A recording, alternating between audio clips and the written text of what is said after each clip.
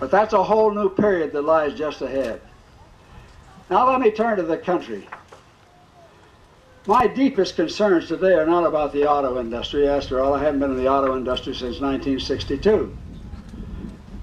In 1962, I was elected governor of Michigan. And since then, I've served 6 years as governor, and I quit in the middle of my third term to go to Washington in the cabinet. And I was Secretary of Housing and Urban Development under Nixon. And I saw what was happening to our cities. I saw what was happening as a result of the people in the inner city fleeing to the suburbs and creating two cities in every big urban area, an inner city and an outer city, two totally different environments. And I was profoundly concerned about that. But in any event, the country's been through certain periods too. There was the period before the Civil War when the country was really being founded, and of course the Civil War really founded it as a nation. Lincoln saved it as a nation. And then there was a period during which the continent was being settled and conquered, so that was a period. And then there was a third period that was ushered in by Henry Ford, the industrialization of our country.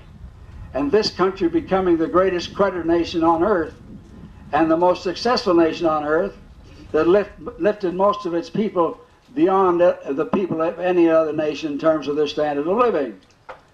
So that was a third period.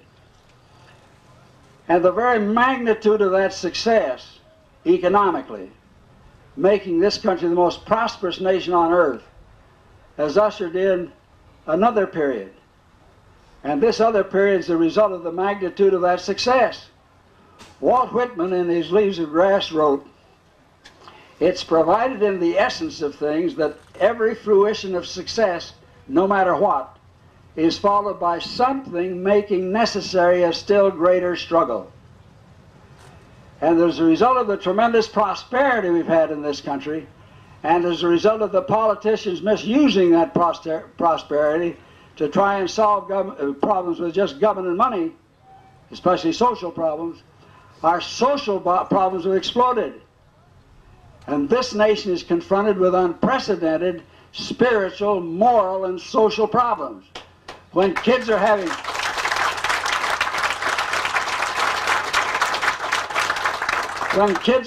kids and the government's subsidizing it, and subsidizing only if the father isn't out of the home. Could you have conceived of that 30 years ago? I couldn't have. When kids are killing kids, when so many kids are going into school that they're not ready to learn, and when a teacher can only spend about 15 minutes out of the hour educating, the rest of the time she's trying to discipline the kids, we're not going to have an educated set of employees. And one reason we became the most prosperous nation on earth was because when Henry Ford and the others took off, we had the best educated populace in the world as a result of public education. Now we're not even equaling the other industrial nations. We don't even equal our own level of education achievement. And this, in my opinion, together with the moral and crime and other problems, constitute a threat to the future of this nation of an unprecedented character. I think we're confronted with the most serious challenge since the Civil War. And I happen to agree with Senator Paul Tsongas. In the last presidential election, we had a number of candidates. I thought the most thoughtful was Paul Tsongas, Senator Paul Tsongas of Massachusetts. He spent a lot of time analyzing things and wrote a great message. And the press only concentrated on the economic part of his message. When he said we've got to get rid of this deficit, we can't have this build up in debt endlessly without ruining ourselves, and that's absolutely correct. And at that time Clinton was opposing him, but then after Tsongas got knocked out by a special interest, and that's a very revealing thing politically, but in any event, Clinton began to talk like Tsongas, and I began to act a little like Tsongas, and Perot invited Tsongas down to Dallas and picked his brain, and he began to talk about what Tsongas had been talking about in a more dramatic way, admittedly, and a more interesting way. But But in any event, Tsongas dealt with more than the economic problems. In his message, and the media ignored this, he talked about these social problems.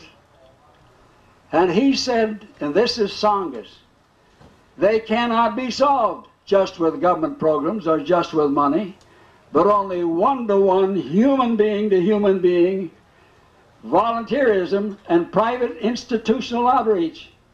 In other words, what he was saying was, these people problems that are threatening the future of this country more than anything else can only be solved by people helping people. And he said, as long as we have this underclass in our inner cities, its horrendous economic burden will prevent us from ever being globally competitive. And that problem has increased since he made that message. We haven't turned it around, it's still growing. This country has a great challenge. As a matter of fact, it's got the greatest challenge that has developed for any great nation in history. John Steinbeck wrote, "No great nation has ever achieved plenty, comfort, and leisure and remained great." And I spent my 19th, 20th, 21st year in Great Britain when Great Britain ruled the world as we never had. And I've seen Great Britain do what all other great nations have done. They commit suicide. Lincoln said that that's what would happen to us ultimately if we were ever destroyed. We'd commit suicide. And that's what we're in the process of doing, as we let these social, spiritual, social, and moral problems multiply in our country. Now, I'm not going to go on and tell you what ought to be done about that. I got to save a little bit of something tonight. I got to talk to you for 10 minutes tonight.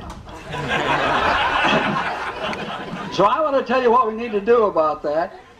And I'm engaged personally in spending more time trying to do something about that than anything else I'm involved in currently. Because I'm absolutely convinced that Tsongas is right. These social problems that have been built up cannot be solved with additional government programs. They can only be solved by Americans pitching in and beginning to help each other and resolve these problems that are destroying our very future as a society. So I want to talk a little bit about that tonight. And when you take a look at the homicide rate in our cities and the fact that violent crime has increased by 600%, almost 600% in the last 30 years, you can see that there's some point to the most telling criticism ever made of our country. The most telling criticism ever made of our country was by Lord Macaulay, the British historian, and he said, your Constitution is all sail and no anchor. You will generate within the Huns and Vandals that will destroy you. And I want to tell you tonight what you can do to be helpful in preventing that from happening. Thank you very much.